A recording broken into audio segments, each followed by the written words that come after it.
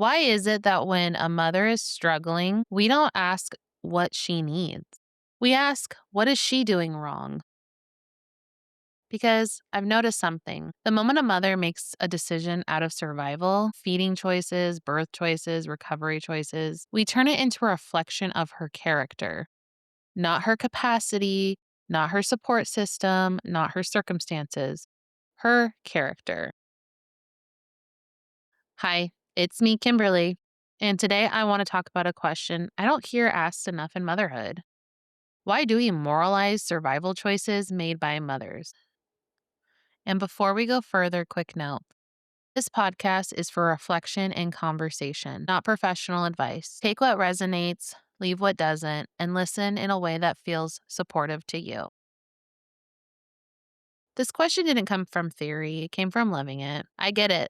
Parents aren't perfect. And honestly, we're not supposed to be. If there's one lesson I'm actively trying to teach my kids, it's this: repair matters more than perfection. We are going to hurt each other. Hopefully, not intentionally, but it's going to happen. Sometimes it's big things, sometimes it's small things. Maybe it's accidentally stepping on your kid's foot or bumping into them. Maybe it's dropping your phone on your baby while breastfeeding. And yes, I'm absolutely guilty of that one.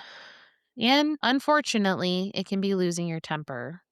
Let's be clear here. This is not about normalizing yelling at kids or excusing harm. What I am saying is this: when rupture happens, repair, it's everything. If the damage is small, sometimes a hug and a genuine "I'm sorry, mommy was grumpy" is enough for a toddler. What's wild is how perceptive kids actually are. And when I get snappy, even if it's not directed at my toddler, just looks at her dad and says, "Mommy's grumpy. Mommy needs a nap." And listen, I hate how accurate that is because she's right. This mama is due for a nap.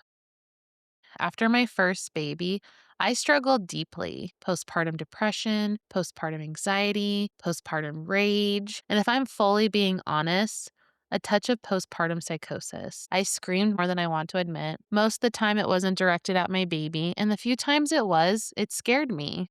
And that's when I learned something important. Putting your baby down safely and walking away for 5 minutes is not abandonment, it's self regulation.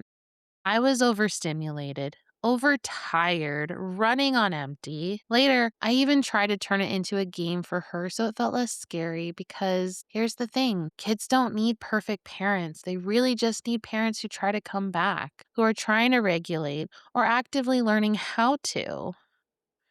It took me 23 months postpartum to feel like I had control of my life again. Then, boom, I got pregnant.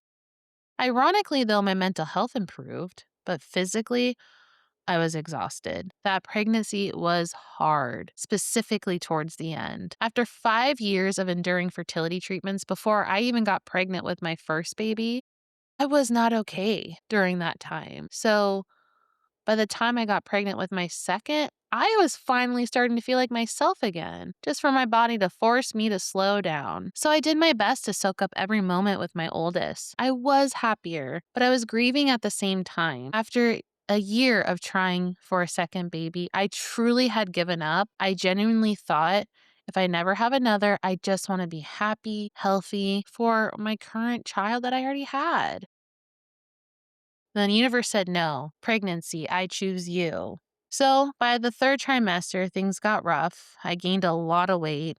I had gestational diabetes for the second time. I essentially had preeclampsia. It just wasn't bad enough for my doctor to say emergency C-section. Mentally, I felt clearer than I had in years. Physically, parenting my toddler felt impossible. See, this little girl has so much energy. She is my firecracker, my wild child. She is that kid that anyone she meets is her new friend.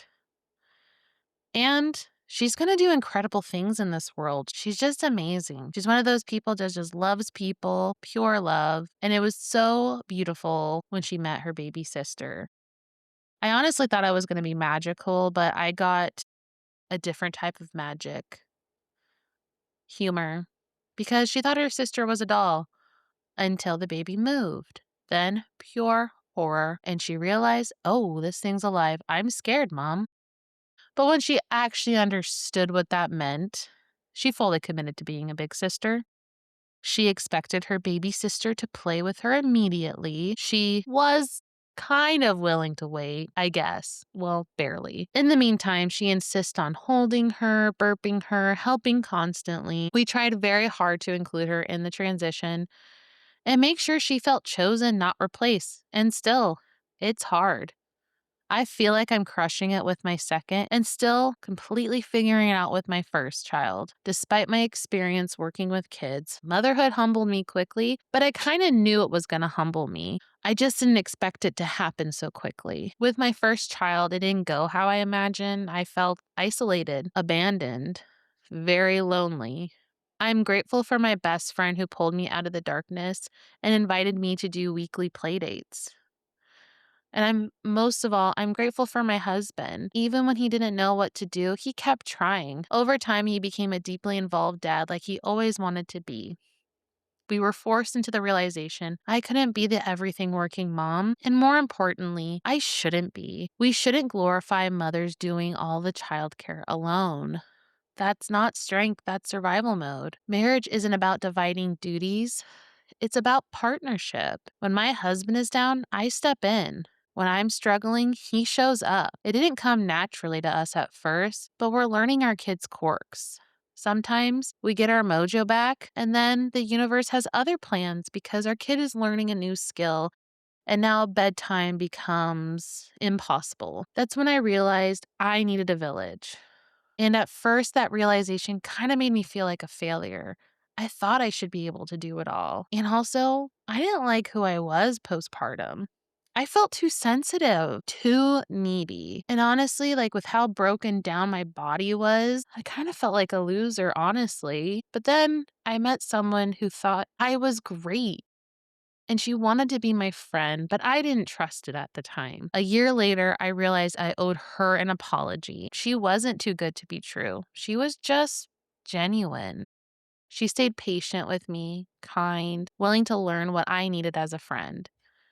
And when I was finally ready, I opened up to the moms in our group who understood what I was going through. No explanation required, but if I wanted to explain, they'd listen. My friend Elizabeth, this beautiful, resilient human, started a community, a spicy book club, where we rarely talk about the books. Sometimes we read them. Most of the time, we just exist together. It's full of acceptance, grace, messy honesty. We don't have it figured out, and we're learning that's okay. My daughters don't need a perfect mom. I don't even like the title good mom. For me, I want to be a regulated mom, a kind mom, a patient mom, a mom who sees her kids as individuals, who thinks ahead for them and feels deeply with them. I didn't have it together before they were born. I probably never will. But I plan to repair the damage I caused. I'm human. I'll mess up. Conflict will happen. I mean, I'm a girl mom, for goodness sakes. I'll choose right over wrong, but not this slogan, but we're family. I'll love them unconditionally rather than cherry picking their personalities. I'm stubborn about justice, but I've learned that there's a time and a place for honesty, and it does require consent. My kids don't need a perfect mom. They need me to be a present one. That's my biggest lesson right now. Some days the house will be messy. Some days we'll have to order pizza. Some days this mama's gonna need a minute to breathe. I've learned overstimulation is a signal, not a failure. You can love being a mother and still feel completely overwhelmed by it. That doesn't make you ungrateful, it makes you human. I can do it myself isn't helping anyone. It leads to burnout. We need community. We need people who want our chaos, who don't just cherry pick the part of us that are convenient. My babies are my miracles. My husband, he fits my puzzle perfectly, especially when I'm not sleep deprived.